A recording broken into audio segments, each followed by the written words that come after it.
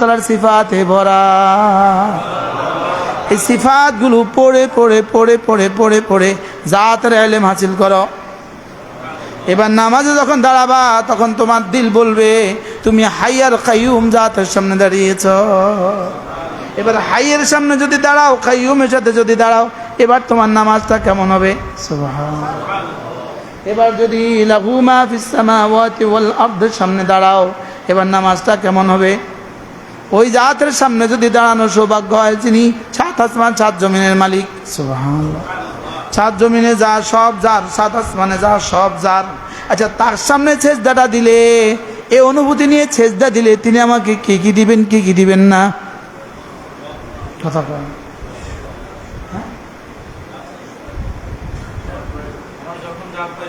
হ্যাঁ,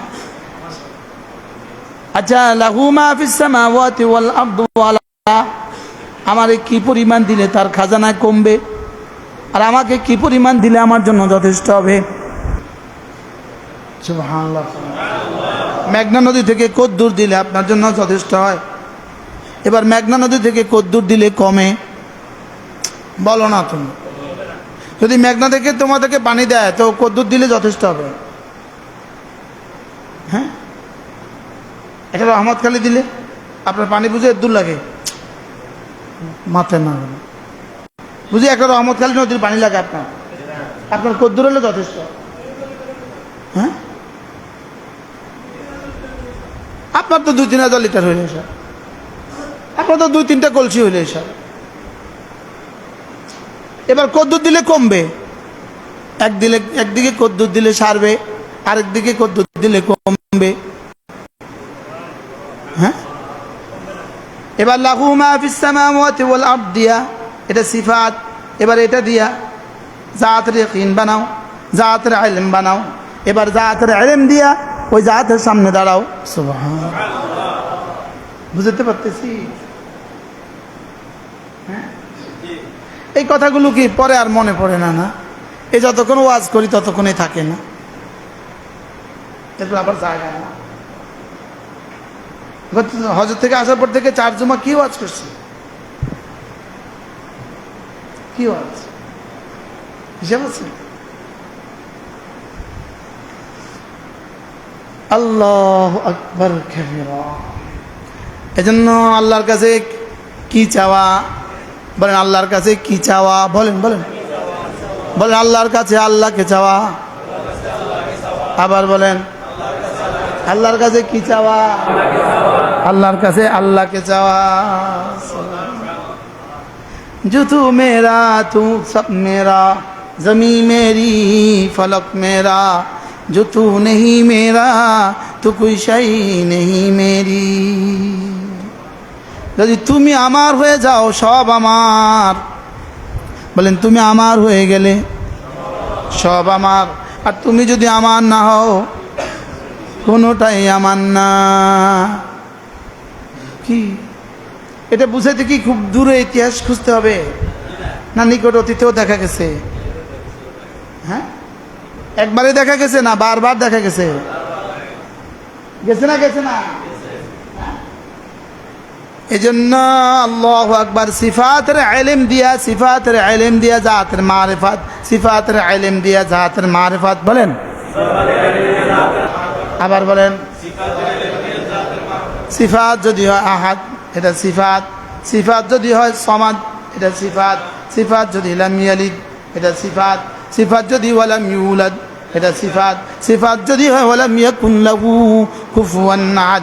একটা একটা দিয়ে জাতের ইলম হাসিল করো, ওই জাতের সামনে দাঁড়াও। সুবহানাল্লাহ।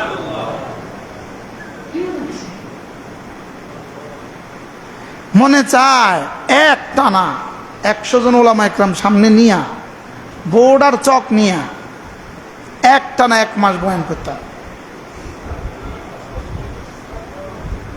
আল্লাহ যদি তাজুল মসজিদটা বানায়া দেয় কেমন হবে? ইনশাআল্লাহ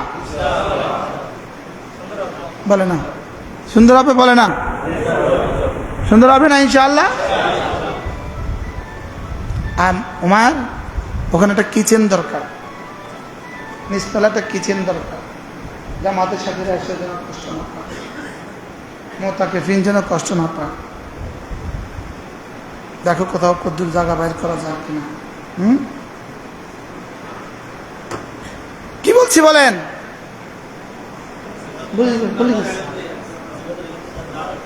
বলেন সিফাতের ইলম দিয়া জাতের মারিফাত, বলেন সিফাতের ইলম দিয়া।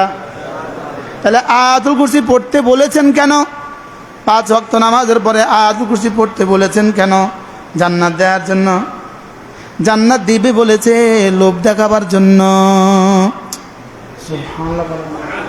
বলেন জান্নাত দিবে বলেছে কেন? আরে তোরে লোভ দেখায়া দেখি না পড়াইয়া দিতে পারি কিনা।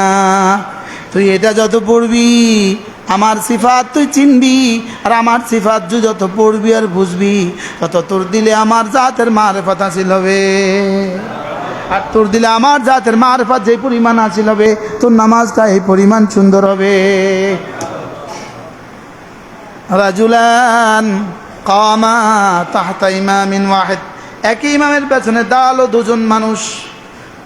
ফি সাফিন ওয়াহিদ, একই সফে দাঁড়ালো দুজন মানুষ। একই সফে দাঁড়ালো দুজন মানুষ, একই ইমামের পেছনে দাঁড়ালো দুজন মানুষ। এটা কিতাব আছে আমার কাছে, আল ইকসির। বলেন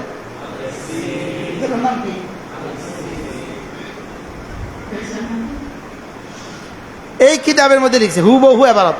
এই ডান দিকের পৃষ্ঠায় 3-4 লাইন নিচে এবারত।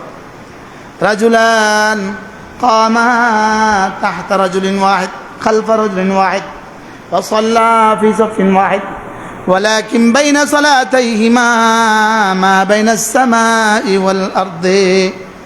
দুজন একই ইমামের পেছনে দাঁড়ালো, একই সফে দাঁড়ালো, লেকিন দুজনের নামাজের মধ্যে পার্থক্য হবে আসমান আর জমিন।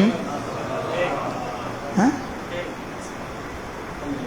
শুধু আসরের ময়দানে গিয়ে দেখবে হ্যাঁ আমরা তো দুজন একই গ্রামে বাস করতাম, আমরা দুজন একই গ্রামের একই মসজিদের মুসল্লি ছিলাম, একই ইমামের পেছনে আমরা নামাজ পড়তাম। আজকে তিনি কোথায়, আমি কোথায়?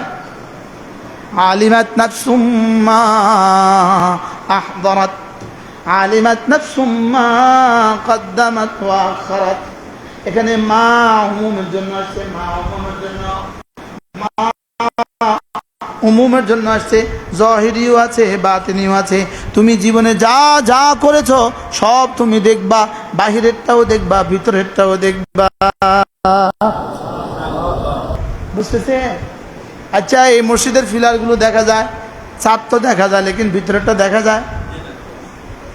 ভিতরেটা দেখা যায়। এমনি ভিতরে কিছু আছে না নাই? জোরে বলে না, ভিতরে কিছু আছে না নাই? বুঝা গেছে আলিমাত নাফসুম মা আহদারাত, তোমার ভিতরে কিছু আছে, বাইরে কিছু আছে, বাইরেও কিছু আছে, ভিতরেও কিছু আছে, বাইরেও কিছু আছে, ভিতরেও কিছু আছে। বাইরে পড়লাম আয়াতুল কুরসি, এটা হলো বাইরেরটা। আল্লাহ তাআলার এক এক শব্দের ভিতরে, এক এক সিফাতের ভিতরে যে হাকিকত রয়ে গেছে এটা হলো ভিতরেরটা। সুবহানাল্লাহ বলে আল্লাহ। বিসমিল্লাহির রহমানির রহিম। আল্লাহু লা ইলাহা ইল্লা হুয়াল হাইয়ুল কাইয়্যুম। একটু বুঝে বুঝে পড়েন, একটু মহাব্বতে পড়েন, একটু থেমে থেমে পড়েন, একটু ভালোবেসে পড়েন। মহিবুল্লাহ আসছ, মাশাআল্লাহ। একটু থেমে থেমে পড়েন, ঠিক করা। এই সুদূর বুদুর আর কয় কাল যাবে?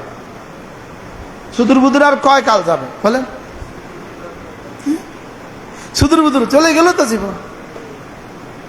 জীবনে গিয়ে বেশি গেছে না বেশি আছে? ইসমাইল কি খায়, কি মনে হয় বেশি গেছে না বেশি আছে? বাবা জীবনের বেশি সময় গেছে না বেশি আছে? হ্যাঁ, বেশি গেছে না বেশি আছে? তো নিজেদের খবর আছে না? বেশি গেছে, এবার উঠছে কদ্দুর খবর আছে না? আমাদের টুমজুর হুজুর কি বলে, পুরো জীবনের নামাজকে এভাবে চিপ দিলে এক তোলাও তো বের হবে না। কি বলে হুজুর? এই ওয়াজ করছে 1987 সালে, আমরা পড়ি ক্লাস 7-এ। আর ওয়াজ করছে খালের পাড়। আরে টুমসোর দিকে যাওয়ার পথে একটা খালের পাড় আছে না, একটা সাঁকো ছিল, সাঁকো নুরিগাছতলা থেকে ভিতরে ঢুকলে একটা সাঁকো আছে না, এই সাঁকোর গোড়াতে ছোট্ট একটা টিনের মসজিদ ছিল। হ্যাঁ হইকে গো খেবা হ, এই খেয়ার পাড়ে ছোট্ট একটা মসজিদ ছিল।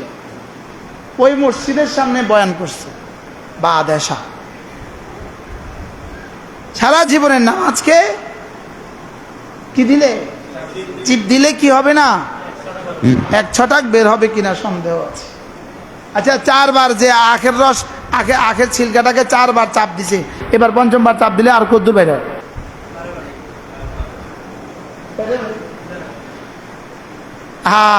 শুধুই জহের জহের জহের। আর জহেরও কি ঠিক মতো আছে? বাহিরেরটাও কি ঠিক মতো আছে না এটাও গেছে গা? হ্যাঁ বাইরেরটা ঠিক মতো আছে।